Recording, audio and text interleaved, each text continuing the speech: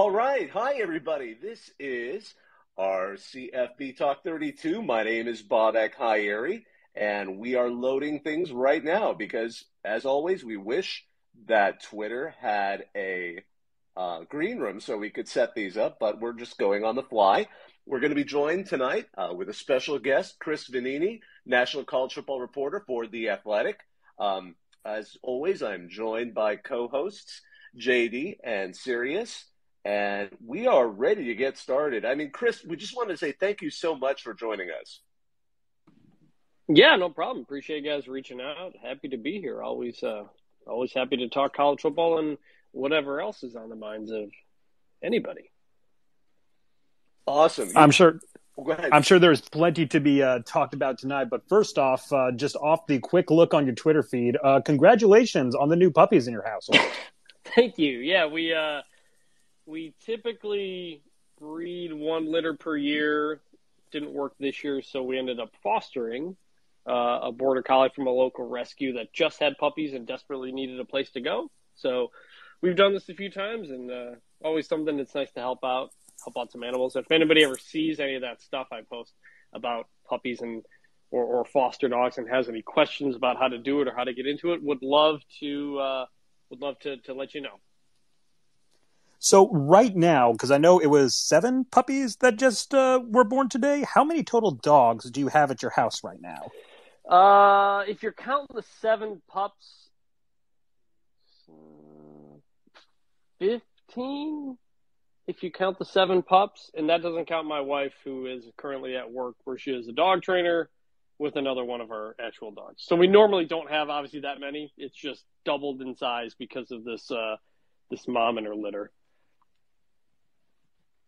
Absolutely incredible. Well, again, thank you. Thank you so much for coming on. We are really excited to talk about college football with you today. I know you just recently dropped your lessons learned piece about the coaching carousel, and when it comes down to knowing which coaches are going where, whether it's head coaches, assistant coaches, G5 coaches, you name it, there are a few people who know this landscape better than you. And I would love to hear some of the lessons that you've learned from this coaching carousel and what a wild coaching carousel it was. Yeah, I mean, it's kind of crazy to look back and think about it that, like, you know, we had USC, Oklahoma, Florida, LSU, a couple other just major jobs all open in the same cycle. Like, that is crazy. Like Oklahoma hadn't lost a coach to another college since 1947. Notre Dame hadn't lost a coach to another college since 1907. It was crazy. It basically told me that, like, no job is too good to leave anymore. You know, like anybody can go anywhere. Nobody is safe. I think we saw that in the reaction of Oklahoma fans to the news and some questioning how the program could even play in a bowl game or something like that. That this is a new feeling for a lot of people. But this is what it's a feeling for basically every other college football fan. And now everybody kind of has to think about this in every cycle. That and anybody can leave now, except for probably Nick Saban at this point. But it's wild. I am curious. So as a guy who has covered this for a good long time, this 2021 cycle where we see all these huge changes, does this eclipse the craziness that we saw in 2017? You know, that's a season where we saw Tennessee go through about 5 different coaches and 3 athletic directors. We saw Jimbo Fisher announce he was going to Texas A&M by throwing out a Christmas tree. I mean, where does that rank in comparison? Well, this one didn't have the juice like that. We didn't have the big scenes because it all happened so quickly. I mean, you had Lincoln Riley gone a day after he said no to LSU and lost to Oklahoma State. Brian Kelly was a few days later, and Marcus Freeman is promoted within a couple days. It was so quick because of signing day, in early signing day, and now that these changes have to happen so quickly, you don't get these drawn-out searches. There weren't as many scenes like a Christmas tree thrown out, because the idea of changing jobs after Christmas, like, is it doesn't happen anymore. So it's a crazier cycle, but it's also a much quicker cycle. So it's a lot of stress, but it's all packed into like 2 weeks. when it comes down to the quickness of this change, we know that, head coaches, I think it was Lincoln Riley, had the Zoom call the day after the final game, had accepted and announced that he was going off to USC. But in your lessons learned article, you wrote really in depth what it was like for assistant coaches to have to go through that cycle. Are they seeing larger stresses now because of that timetable? You mean assistant coaches going through more stress because these changes happen quicker? Yes. Yeah, because for a lot of them, they still have an interim. They still have a bowl game to go to for a lot of these places. Even places that are making bowl games are firing their coaches. So they've got to deal with that while trying to figure out what their next job is. That is one of the toughest spots for assistant coaches to be in, is when you're out of a job, you're a dead man walking, but you got to go there every day, talk to the kids, get them motivated for the bowl game. Meanwhile, you and your wife and your family are back home not knowing where you're going to be in a few weeks, or if you're going to be somewhere in a few weeks, and you're trying to get your own jobs, talk to other coaches. It's a really tough time. The head coaches are fine. They get the $1 million buyouts, they get the giant contracts, they get the giant moving fees. The assistant coaches, except for the highest paid coordinators, the assistant coaches are the ones who really have to go through a lot of the stress of coaching change season. And we're not even done. Technically, there's 3 jobs still open. Eastern Michigan and USC have 2 openings. Unfortunately, some coaches have died this offseason. Very, very sad. And Ohio still hasn't filled its running backs coach. So, the assistant coaching carousel is actually not over. Chris, I just wanted to mention, because obviously you're very familiar with the coaching cycle. I became familiar with you with all the work you did for Coaching Search back in the day. I think that's when actually our account started following you, and I really was noticing how hard you were working. I think you were the only person working there for a good period of time, if I'm correct. But as a professional college football writer and journalist, how much was that like a crash course in kind of trial by fire in terms of doing everything and having to pump out content at that level? Yeah, that was a strange time, because I didn't get a big job out of college. I graduated in 2011, and I was freelancing for a year, doing a bunch of different blogs, did some SB Nation stuff, did some local stuff, some Michigan State stuff.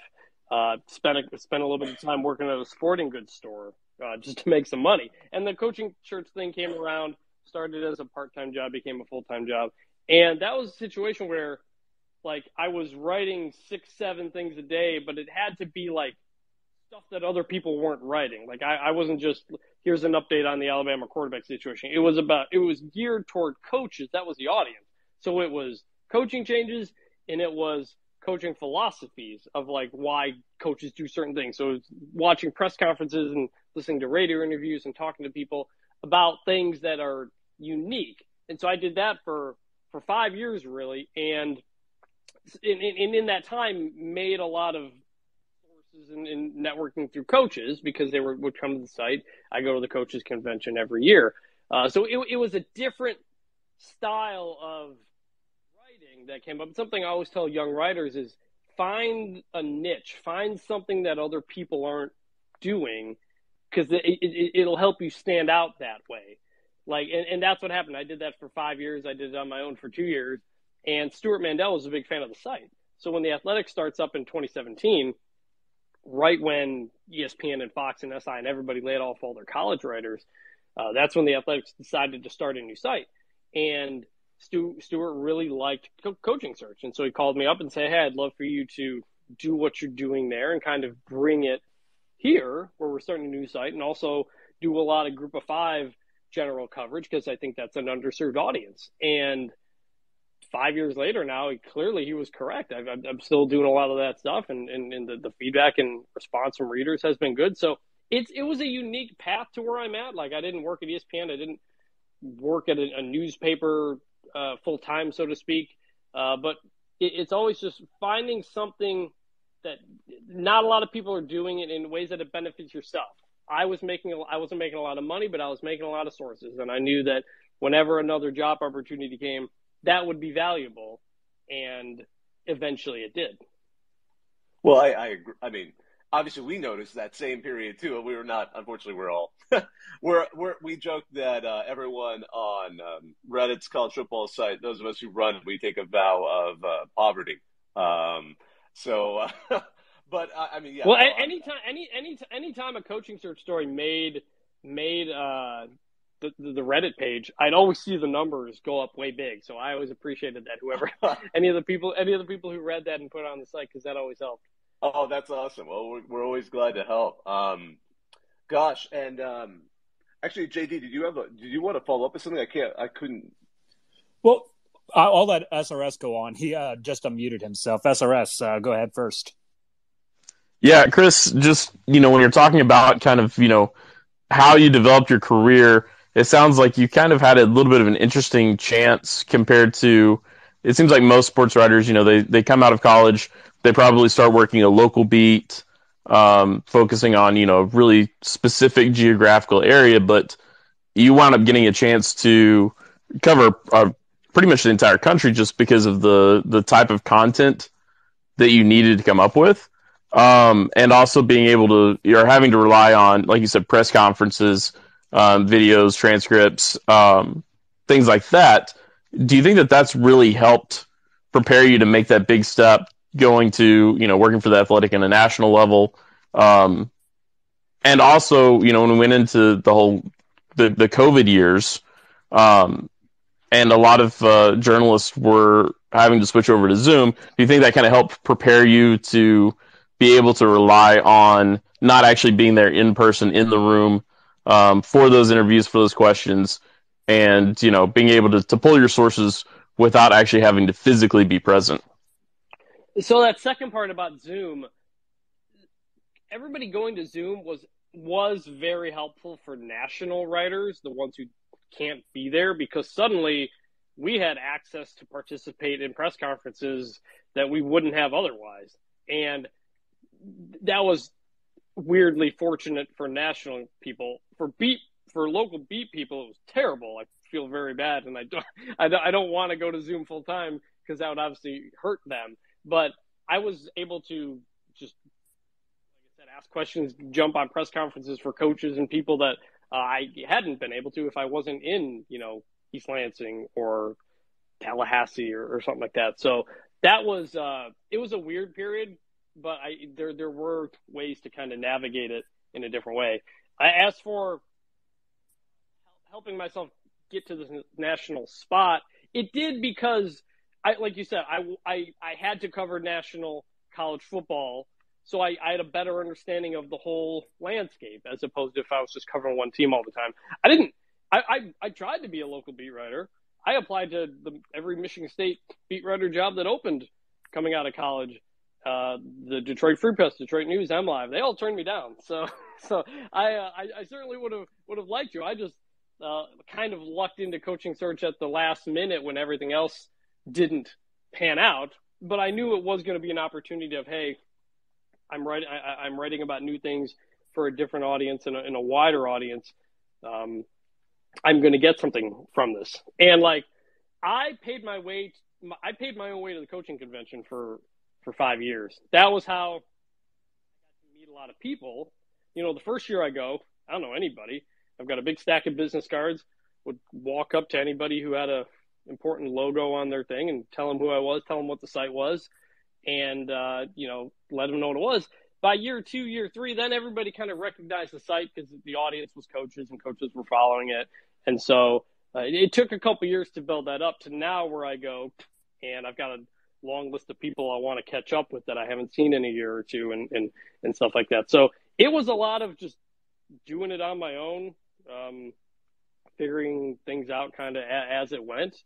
And fortunately, it worked out because after 5 years, I was considering getting out because I couldn't work that grind for 24/7, no vacations, working on holidays for not a lot of money. I appreciate the money that I did get, but it wasn't something I could do long term. And then that spring, everybody remembers when everybody lays off all their college writers, and I'm like, what am I going to do? What job am I going to try to get?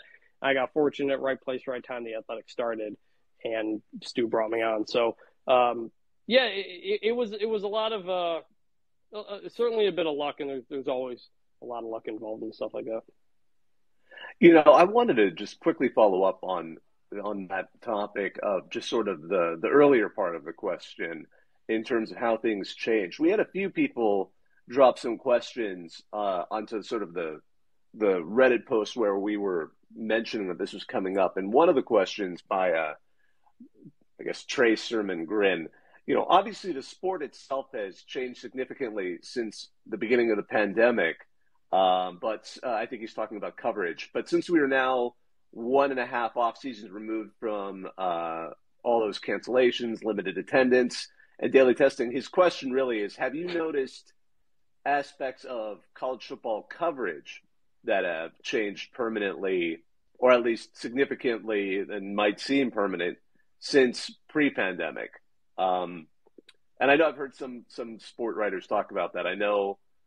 Gosh, before the national title game, I was at a bar and Dennis Dodd was next to me, and I asked him that similar question, and he was concerned about like a lack of access because it gave everyone a little more control, and fighting sports information directors for access to people has always been an ongoing saga. But from what are your experiences, have you seen anything yourself?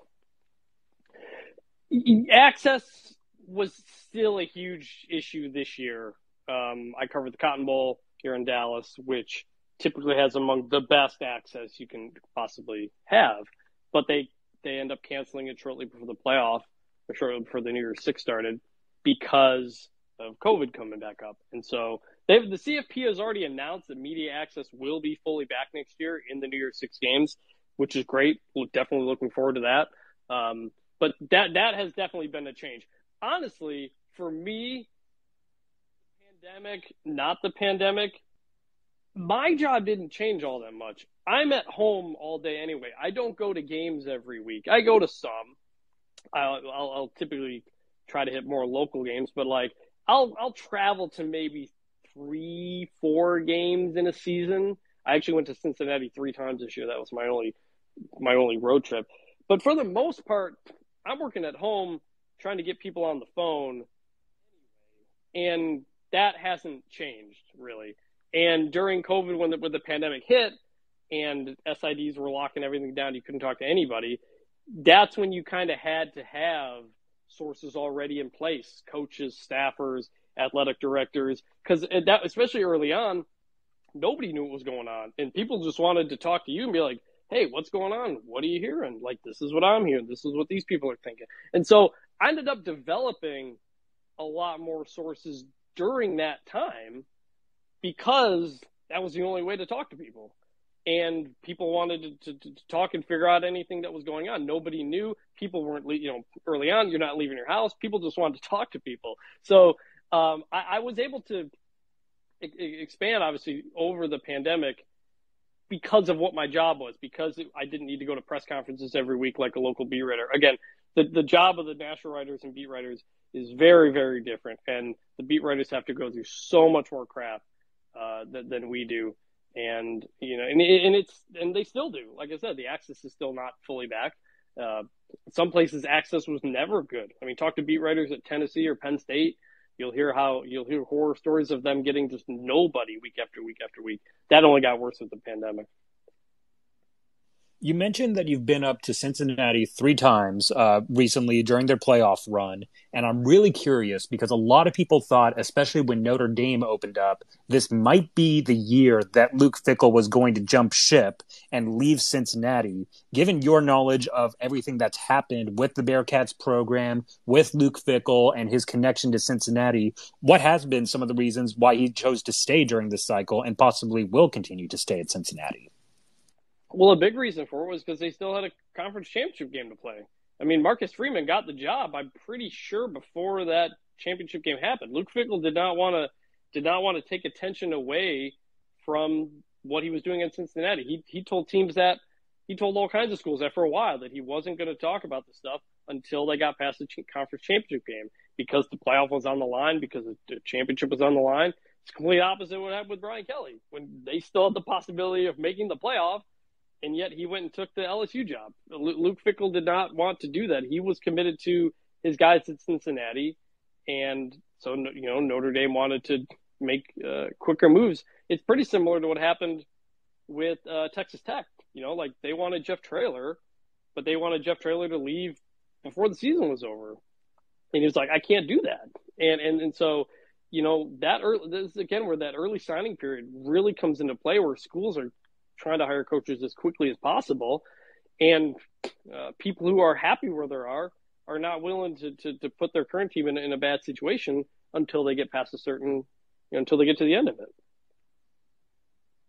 You mentioned Jeff Traylor in a very similar vein of, he couldn't leave earlier in the season, but I thought it was really interesting that he got offered this huge 10-year contract. And we saw a lot of other trends go up in that way. We saw, who was it? We saw James Franklin at Penn State. We saw Mel Tucker at Michigan State. It kind of seems like at least 10 years is that new guarantee from schools. Is it because these other schools are demanding more opportunity, like Jeff Traylor having opportunities with places like TCU and Texas Tech, or Mel Tucker being shopped around, James Franklin famously always being shopped around to a place like USC, et cetera, et cetera?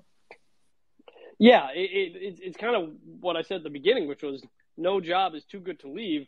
So now schools really want to lock in their coaches where they can. Not only did Jeff Traylor sign a 10-year deal at UTSA, but he's got a huge buyout on there, like a buyout at a Group of 5 level that like we've never seen before. So he's going to be there for a few years still. It's a kind of buyout that outside of maybe Texas that not a lot of schools can really jump on to pay. Similar to Penn State a bit as well. Mel Tucker's buyout at Michigan State didn't change. It's the same as it was before. So he technically could leave next year for the same thing if he wanted to. But what the deal is $95 million guaranteed, so he doesn't have to leave. He's going to get paid either way. He's probably not going to leave for another college job now. He may leave for an NFL job if he wants to go up there. But, the James Franklin one was surprising because I just felt like nobody wanted that. I don't think James Franklin or Penn State want to be together for 10 years. and yet they are. And so, shoot, good for him, I guess. Too bad for the beat writers that have to cover him and the lack of good player access that they get. And, I was talking, I included it in the story, but I was like talking to an agent about it, and it was like, his agent was telling me nobody would give James Franklin a 10-year deal. Like, you're Penn State, like you can get another good coach. Why are you committing so much to him coming off of 2 letdown seasons? But nobody wants to go through a coaching search anymore. If you have a coach who's halfway decent, athletic directors are scared to lose him now. You had also briefly mentioned the NFL, and in your lessons learned piece, you made the really astute note that, we saw Matt Rule go to the NFL, but we really haven't seen a whole lot of other coaches make the jump like we had maybe 20 years ago. Is there a specific reason why we haven't seen necessarily as much NFL interest? I know that we had like Jim Harbaugh looking at the Minnesota Vikings at one moment, but is there a reason that NFL leverage maybe isn't as much of a thing anymore, or is it a thing? Well, part of it is I don't think the NFL is as interested. Matt Rule being on the hot seat, Urban Meyer's career being a mess. The track record of college coaches moving up is pretty terrible. Outside of Pete Carroll and I guess Cliff Kingsbury's done a solid job. That's about it. The NFL is not looking to get any kind of college coach out there anymore. The Kingsbury one was weird. I mean, the dude had just been fired.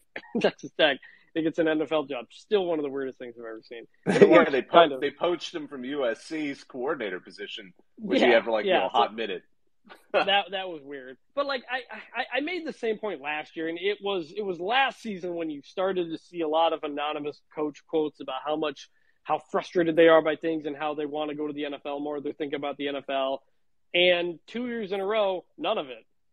There were those weird reports last year that Dan Mullen was looking to go to the NFL. But, Ryan Day still at Ohio State. Pat Fitzgerald still at Northwestern. Matt Campbell's still at Iowa State.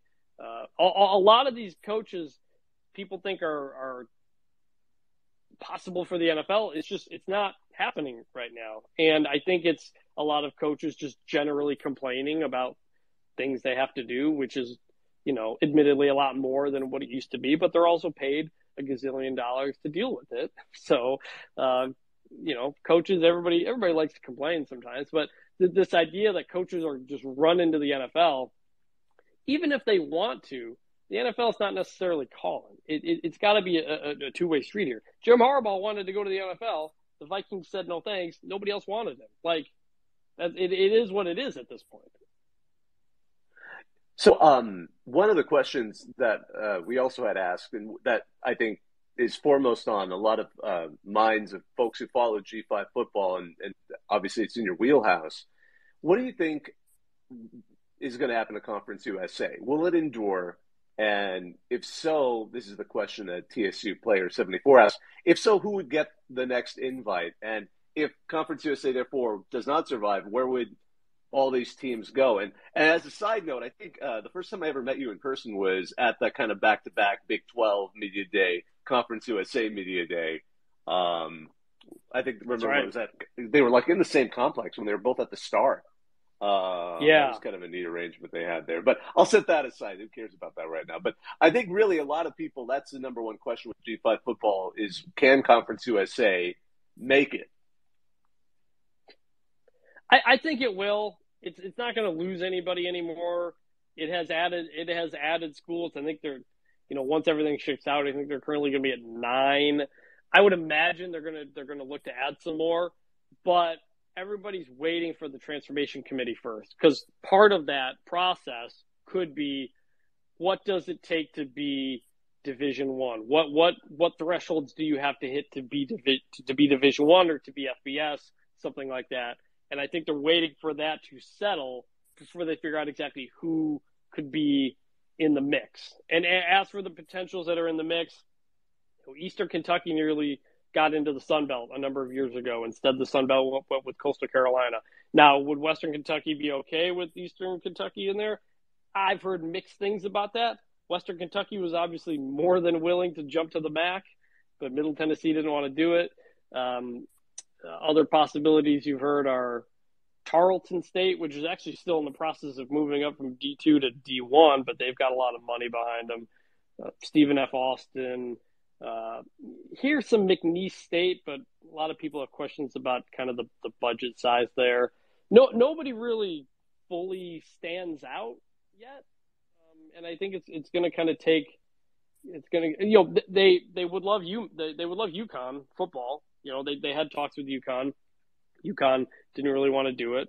UMass would love to come, but it doesn't appear to be much interest from Conference USA. So there are options, but I think it's still kind of in a waiting period right now. You're more knowledgeable about this, and I'd love to just ask, where do you think a team do you think Florida A&M would ever try another go at trying to move up? Well, I'm not as well versed with FCS, but they're currently moving conferences. Is that right? Aren't they moving within? I know there's a lot of movement within the HBCUs. I don't exactly know where they're at, but I think it's possible. I'm not knowledgeable enough to really say, though. No worries. They're kind of a mystery out there. Yeah. I don't remember if they're moving from the SWAC or something like that, because I know there's been some movement there. I don't remember. Yeah, there's been a lot of shifting in that neighborhood between the SWAC and the MEAC, and people just straight up leaving and going to obviously Big South and Colonial Athletic. It's been a shakeup in all of that. You had an opportunity to talk to Joe Moglia, who is one of the most interesting people I've ever talked to, college football or outside of college football, and obviously with his background in finance and running one of the larger financial companies in the United States, he brings a lot to the table. You talked to him about sort of fixing college sports. What was your takeaway from that? The biggest thing from him is he is just like appalled at the lack of leadership and the lack of decisiveness. So there was a conference here in Dallas a few weeks ago, part of the Lead One Association, which is kind of like an athletic directors group. They were here in Dallas for a couple of days to just kind of talk about things and meet some companies and whatnot. But the last day, Joe Moglia was invited to give a speech, and they let me sit in on it but I couldn't report on it. And he just said some really interesting things and was pretty blunt about what he thought about the state of college football. And I've talked to Joe before. I did a story when he left, or when he stepped down at Coastal to let Jamie Chadwell take over. And I was like, all right, I'll circle back with Joe and kind of pick his brain a bit more on this stuff. So we talked two weeks ago or so, and he basically gave me the whole speech again. So that was nice. And he just laid out the things that he's frustrated with. And he's like, if this was a business, the entire board would be fired. The entire executive team would be fired for just letting things happen with having no control, not having a hand in any of the stuff that's going on. And, you know, he thinks there should be an executive committee that has essentially autonomous power, that they get to make all the decisions, like the board of a company or something like that. Those people can be voted in, voted out, whatever. But they got to have the power, and they make the calls, as opposed to going through a million different committees with people ranging through all different divisions and that long bureaucratic process. He said you need to make radical changes, and you need to make them now. Otherwise, these changes are going to be forced on you, which is what we've been seeing with all the lawsuits. So that was the biggest thing. And there were other small parts, like he thinks you should get rid of signing day, that kids should be able to sign whenever, but if you offer a kid, you've got 48 hours to make a decision. You know, that'll make everybody more upfront with each other. He hates the buyouts in coaches' contracts, coaches that leave for jobs, you know, after a couple of years without a problem. And now with the portal, they can take players with them, as we've seen at a lot of schools. He doesn't like the one-time transfer rule. He thinks that should be repealed. It's not going to, but he doesn't like that. And then kind of a bigger thing, like, you know, the reorganization of FBS. Should there be a Super League? Should there be a Power 5 breakaway? He's like, I'm not sure, you know, if I even like it, a lot of these ideas, but college football is a business now, and these people have to treat it like a business. That was kind of the biggest thing. And he's the former CEO of TD Ameritrade. You know, the company grew dramatically under his watch. He spent more than 20 years in finance, so he's kind of got a good grasp of this stuff. And he's always kind of brought a fresh and interesting perspective to the issues of college sports. So I just wanted to take a quick second to station ID. Everyone, you're listening to our CFB Talk 32 with special guest Chris Vannini from The Athletic. You know, Chris, we also want to respect your time. Do you still want to stay on and talk, or do you need to wrap up? Yeah, no, I'm good. I'm just sitting here by myself. I'm all good. Just watching some awesome. basketball. No, we're enjoying it, and I know our guests our audiences too. JD. Yeah. So, Chris, you brought up some of that conversation about the Super League and things breaking off between FBS and a potential power, especially when you consider some of the things with the SEC money, the Big Ten deal that's coming up. We see Cincinnati, UCF, these other perennial G5 powers moving up into Power 5 over the next couple of years here. What does the future of the G5 look like with this type of new landscape? So I should have mentioned this at the end, but of the Mowgli answer, but I didn't want to go long. But the idea of a breakaway, the idea of splitting up, it's a lot easier to say than it is to do. And you're getting more people saying it. You're getting commissioners and ADs saying it. But I don't know if anybody really has the full grasp of how to do it, because that would involve conferences working together. And recent history has shown that they're not very good, that they're not very good at that. 2020, they can't even agree whether or not to play football. 2021, they can't agree on whether or not to expand the playoff. How are they going to create their own organization with their own rules, and they're going to agree on all this kinds of stuff? The Big Ten and the SEC, they may be the power two in terms of money.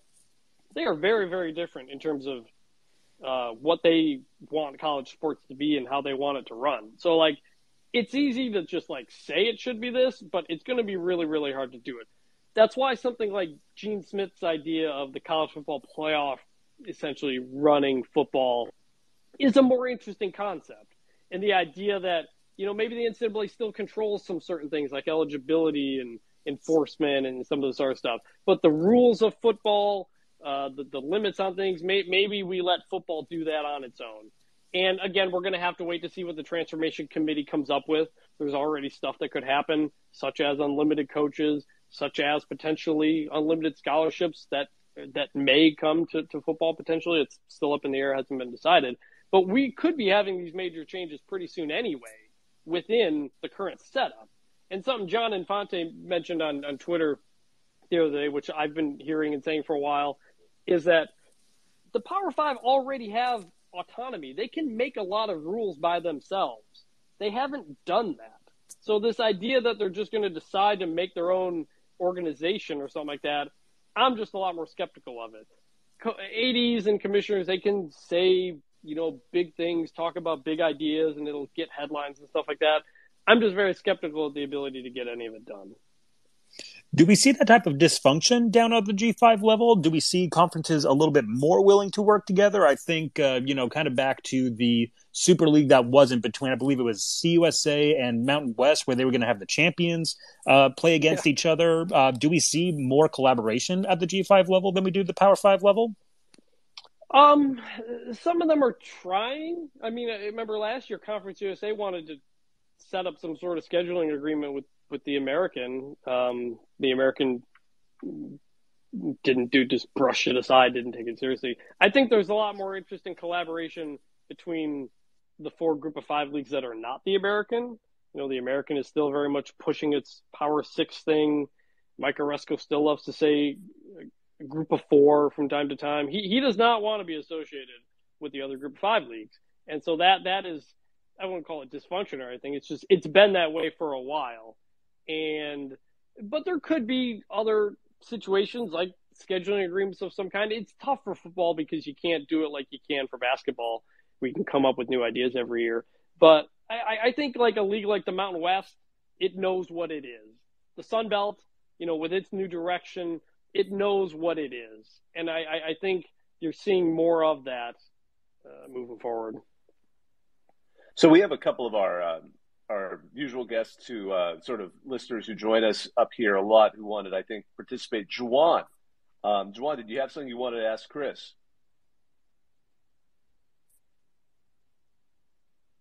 I think we got him by surprise there. We'll take a second. Oh, here we go. Oh, no, Juwan, there you are. Hey, what's up? Yes, I wanted to know, in his opinion, is NIL affecting the game of football as much as everyone thinks it is? No, it's not. Thank you. Who's getting the most players? It's who's getting the best players? It's Alabama, it's Ohio State, it's Georgia. It's the same teams that always have. It's the same teams that it always was. Do you think they're using that as a scapegoat now? As far as them as a scapegoat, I mean, as far as getting out recruited, they're using NIL as a scapegoat, saying, "How can we compete with them? We don't have enough money." That's what I think NILs became. I think there are some of those top schools that maybe don't have the same level of booster funding that see what Miami is suddenly doing, and they get a little frustrated by that. But there's not a lot of Miami situations out there. It's more like the Texas situation or Oklahoma, which is going to apparently pay everybody who's on the team. I think there is some concern from schools that money is now going elsewhere instead of to the schools, and yet they're still going to have to compete at that level. I think most people are okay with kids getting money. They just want order to it, and I think the transfer part of it has played a huge role in this. The one-time transfer rule on top of NIL has been a big thing. The idea of tampering, the idea of reaching out to see if players want to transfer, that's always been around. That was around before the portal existed, before NIL existed. It is happening more so. Hey, come to our school, we can get you an NIL deal and stuff like that. But overall, I think it's just a lot more work, but I don't think it's changing the results of kind of how college football works. Adam, I know you also wanted to ask a question this evening. Yes. Chris, appreciate it. Wanted to ask, so I'm a football coach, and there's a little website called Football Scoop, and they had a nice little article about the state bill in California. And my question is, do you think, now this goes back to kind of NIL, but also conference stuff, Do you think how states start to treat NIL deals, or basically for the gist of the article, it is California has a bill that is getting worked through that if a school makes more than what it would cost for the full grant and aid and everything that they already give, they give like a percentage of that money goes back to the football players, and specifically basketball players is what the article talked about. But how much do you think like state laws are going to start changing with respect to NIL and other things that could cause problems for schools across the country? That's changing a lot. I mean, obviously that's what started this whole thing. But something you've seen from a number of states recently is pulling back on their laws, where they're saying, like the state of Missouri and Illinois might be doing this, where the school can facilitate the NIL deal, which is explicitly against the NCAA rules. But the states want to give their schools the advantage, and so they want to do this. And I think you're going to see more states doing it, and it just eventually is going to come down to, is the NCAA going to – they can't actually do anything. State laws are laws. Are they going to penalize a school for following a state law, even if it's not an NCAA, even if it's against an NCAA bylaw? That's what we're going to have to wait and see. That's what we don't know. We got a lot of schools that are willing to call the NCAA's bluff, and we'll have to see. And if it happens and we get a lawsuit, that'll take years to resolve. So we're not going to get any resolution on any of this NIL stuff anytime soon. The California bill is a little bit different. And obviously, I don't know the details of the whole thing. I've read a little bit on it. I haven't seen the whole thing yet. The bill has been changing through this process, and it could change again by, I think it's Thursday when the committee looks at it. But that's a situation I don't think schools are going to want to do, because they're going to be forced to give a lot of their own money to the players. That's different than letting a third party give all the money they want to players. And given the sway we've seen from a lot of programs have in their state governments, I mean, Georgia changed its FOIA laws for Kirby Smart. I don't think you're probably going to see something like that continue, because I don't know how much of a recruiting advantage necessarily that's going to be, especially if you're at a school that has boosters already offering a ton of money anyway. So I'm a bit skeptical of exactly what kind of change the California bill will have as it relates to recruiting, because I think a number of schools actually don't want that. Well, and to kind of, I guess, bring up another question then, what do we were talking about the expansion of, what conferences or what sports basically can control what they want to do as a institutional basis down to a conference level. Do you think that'll be the biggest difference between what we see if teams do go kind of to, hey, we're making our own rules? Do you think that'll be the biggest deal? Because, obviously Pac-12 schools have a little bit different rules than SEC and Sun Belt, and obviously just the locations that the states, that the schools reside in matter. So what exactly is the question? Sorry.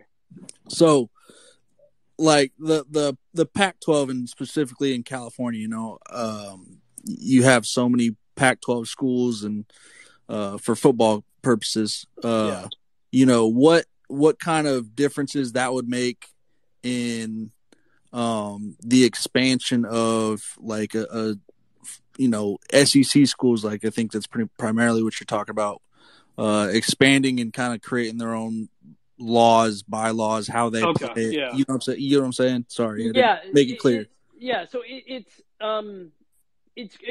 kind of again comes back to the transformation committee and what they want to do. If they go unlimited coaches, or at least say conferences, you can kind of do whatever you want with that stuff. You can be sure the SEC is going to say, all right, we're going to hire as many coaches as we want. We're going to hand out scholarships to as many baseball players as we want.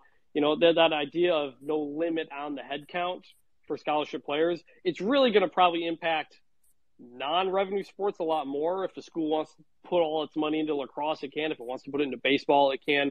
But schools in the SEC are typically averaging about 17, 18 sports at a school. The Big Ten and the Pac-12, that's like 25, 26. They're spending a lot more money on things that are not football. And so, if the SEC is going to get so much more money and there's no limit on what they can do, and they start putting together these massive coaching staffs and these massive rosters with 100 scholarship players or something like that, if that gets allowed, that is going to create a lot of change across the landscape of college football, because there's just a different value of football in different places of the country. It's just, it's always been that way. And so, that also goes back to what I said, where the conferences don't agree on a lot of things, and they're going to be trying to one up each other in different ways if they have the freedom to do that. By the way, that was a great point. I always forget how some of these Pac-12 schools, support so many different sports beyond the others, and to some extent helps pad their national championship counts in versus some of the other schools. Coach White, the SEC doesn't have men's soccer. Like they don't have men's soccer. There's a lot of sports that they just don't sponsor that you wouldn't even think about, and as a result, they end up getting to spend more money on football. Oh yeah, absolutely. It makes total sense. Hey, Coach White, I know you wanted to ask a question. Yeah, everybody there? Sure are. Yep.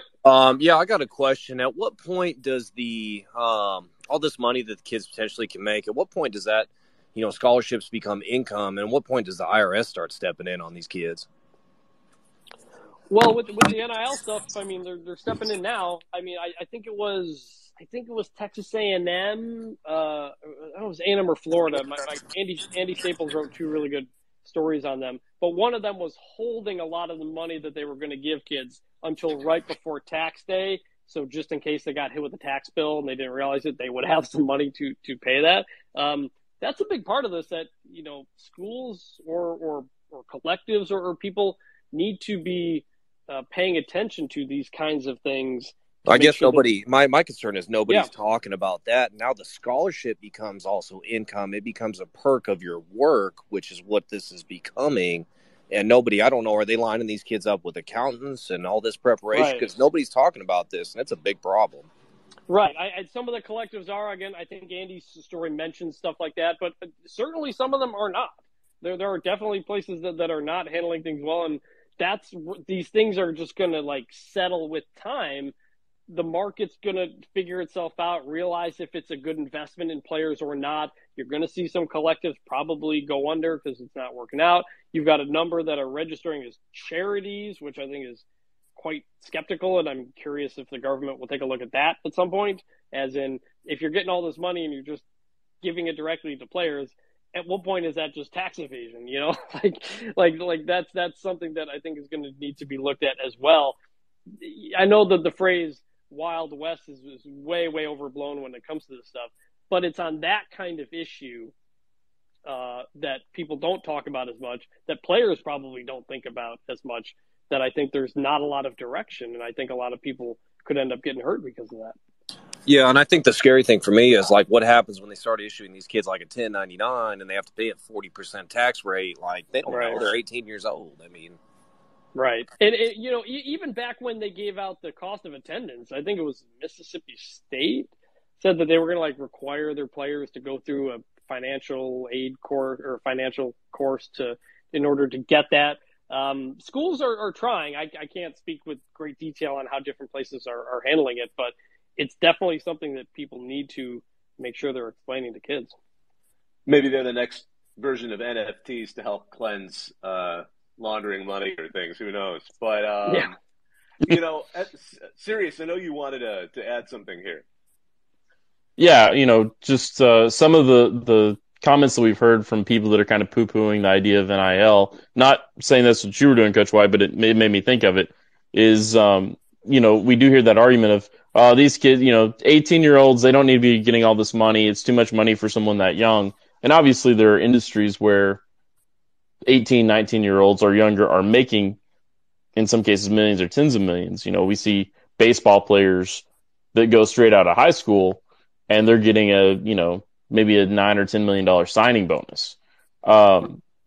But in that sense, it kind of makes me think of what we've heard with similar arguments with basketball with players that were one and dones. And you could very, very obviously tell the difference between the typical blue bloods who were in it for the long haul and needed the one and dones to keep their programs competitive, but also had to stay, keep up their APRs and things like that, where, you still have to go to class. We're going to make you take some personal finance courses, some financial management courses, so that you know what to expect when you get out of here after 1, maybe 2 semesters. The plan for if you want to come back to get a degree, what that pathway looks like, versus the teams that were in it and, hey, if they could land a 5-star, they're going to, ride that to as much success as they could in 1 year. And if it all blew up after that, then whatever, take what you can get kind of approach. And that's kind of what it makes me think of is, it seems like as this progresses, it's not just going to be about who has access to the best collectives or the most money offers, but also you feel like probably players are going to talk, and the ones who are offering the resources to make the most of those deals, even if they're not directly involved, that's kind of going to be a little bit of a side benefit for recruiting, maybe. Yeah, and just to be clear, sorry, I didn't mean to cut anybody off. Just to be clear, I was not advocating for or against like student athletes receiving money. My point is simply this: like from a legality standpoint, if you provide a service or you receive income, you have to report it to the government, and you will be taxed for it. If you do not pay those taxes, they threaten you with jail time, and therefore they are not doing that. Which, regardless of how they set it up, that's just the law. It doesn't matter if it's sports or you're selling cars or whatever it is, like that is the law. Like that has been established over hundreds of years. There's no way around that. And that's what concerns me is no one's talking about that. Like it's not a sports issue. You are receiving income and you are not reporting it. That's the scary part. So let's just be clear about that. It has nothing to do with me advocating for or against student athletes getting paid. I think they should. But again, they are receiving income and they are not paying taxes on it potentially, which is a huge legal problem. Well, we don't know that they're not yet because, this is still just started. And like I said, there have been collectives and schools that have said that they have these things set up to make sure that they're doing it. It's something that us in the media don't pay much attention to or write about, so people just don't know as much. And we probably should do a much better job of paying attention and stuff. It's also a little bit different than, like a one-and-done NBA player where they're on a pro team. So they've probably got somebody involved to help them out. Like they've got it's a group of professionals on a major organization as opposed to a bunch of different colleges that have all kinds of people running around doing different things. So it's definitely something that needs to be paid attention to, and I'm sure at some point we'll find out about something. I'm sure something will land at some point where something didn't go right or players didn't pay something or what have you. I think we just kind of don't know yet because we literally just passed tax day since the first time this started, and we kind of got to wait and see what happens. Someone just texted me a question, someone who knows my personal number and is listening, which I think is hilarious. I don't think I've ever had that happen before. But my question for Chris would be, how long will it take until schools can essentially will realize they could have unlimited scholarships versus via NIL? And I guess they make a reference to possibly BYU.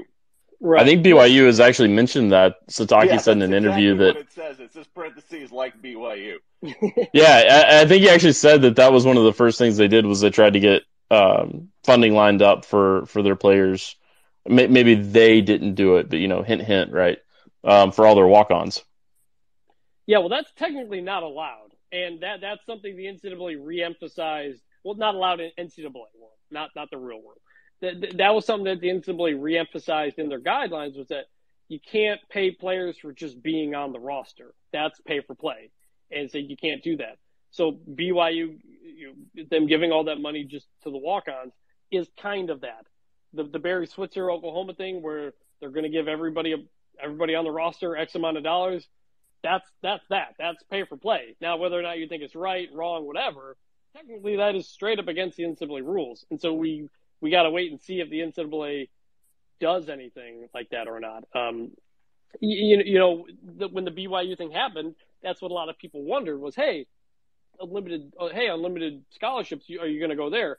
Well, are you going to want to go there and be the 95th or 100th player on the BYU roster, or are you going to want to go somewhere where you can play because you're still recruiting kids anyway? And that's where it kind of comes down to, at some point, there's diminishing returns, and you can only have so many people before somebody wants to go actually play.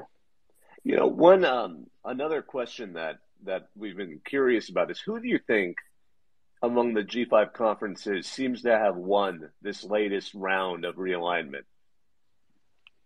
You say G5 leagues or teams? Sorry. I say conferences. I'm sorry, you cut out real quick again there. Oh, yeah, sorry. What was that? Conferences. Yeah, sorry about conferences. That. I think the Sun Belt, for sure. I think the Sun Belt is really positioned to be a strong conference moving forward, and one with an identity. By adding Marshall, Southern Miss, Old Dominion, James Madison, you've really got a group there, especially in like that East Division. You've got a lot of schools that are really close to each other. Some of them have previously been rivals before, and I think there's a lot of excitement about that. There's a lot of bus trips you can take, something like that. And I think people in the league are really excited about that. The Mountain West is a winner just for not losing anybody and kind of reasserting its strength and potentially being the number one Group of Five league coming out of this by nature of not losing its top teams like the American did. Because there's like a formula, there's like a computer formula that ranks each Group of Five conference at the end of the year 1 to 5, and you get more of a playoff share as a result of that. The Mountain West does very, very well in that, and believes moving forward it is positioned to be at that number one spot. The American, a lot of people skeptical of that move, adding 6 Conference USA teams, going for the big markets, adding a school like Rice in some places that don't have a lot of football attendance. There's a lot of skepticism and people mentioning how that's going to hurt them in that formula, that playoff formula, in terms of who gets the payout. So, Mike Oresco is really confident in what they're doing. He every time I see him, he's like, this is going to work. We're going to surprise people. And look, he's proven people wrong before, so we'll wait and see. But I think the Mountain West and the Sun Belt moving forward are really in a good position. Well, Chris, there's one question I did want to probably wrap up with because we want to respect your time, but it blends into your other interests and my own, younger interests when I used to go watch pro wrestling in beautiful Bakersfield, California, the armpit of the state. Got to see Andre the Giant, high five, guys like Coco Beware and the Bushwhackers, all those folks. But anyway, which college football players do you think have made the best pro wrestlers in history? Well, we know The Rock played defensive lineman at Miami, and I don't know if anybody here has watched that TV show Young Rock, but it's actually a pretty solid show. In the first season, Mario Cristobal delivers a season-ending injury to The Rock, and I don't know if that's true. I'm pretty sure it's not. He got hurt, but I don't think it was Mario Cristobal who did that. And my former colleague at The Athletic, Tyson Alger, who covered Oregon for us, kind of asked Mario Cristobal about that one time, and Cristobal said he hadn't seen the show, so I'm not so sure if that was how that played out.